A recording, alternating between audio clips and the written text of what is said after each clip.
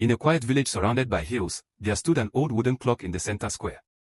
For generations, it had been the heartbeat of the community, ringing for work at dawn, prayer at midday, and rest at dusk.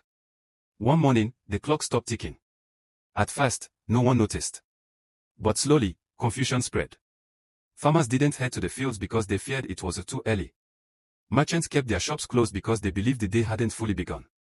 Children stayed indoors, even the birds seemed quieter, as if waiting for the clock to wake the world again.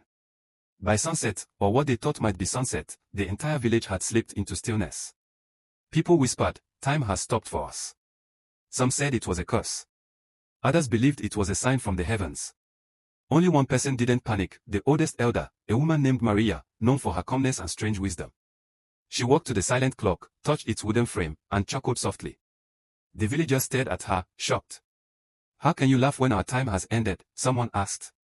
Maria replied, "Time never stops, children. Only your reminder did." Still confused, the villagers gathered closer. She pointed to the mountains. "See the shadows moving." She pointed to the river.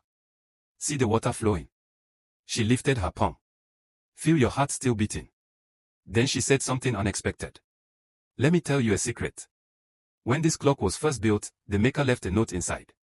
It said, 'If this clock ever stops, let the village remember, you are the timekeepers, not the clock.'" A murmur passed through the crowd.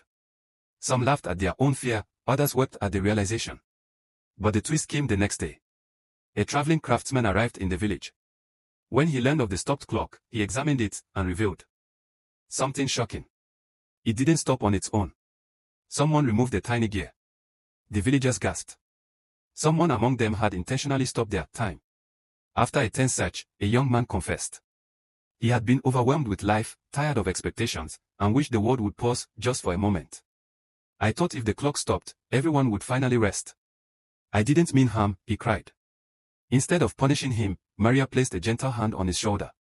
"You taught us another lesson," she said softly. "Sometimes we blame the world for stopping when it is our own exhaustion asking for a pause. But a pause is not an ending unless we choose to make it one." The villagers repaired the clock, but from that day on, they no longer relied solely on its rhythm. They learned to trust their own. Because the truth remained. We often confuse the tool for the truth. Motivation may stop, strength may falter, routines may break. But progress continues as long as we do. Question: have you mistaken a pause for an ending?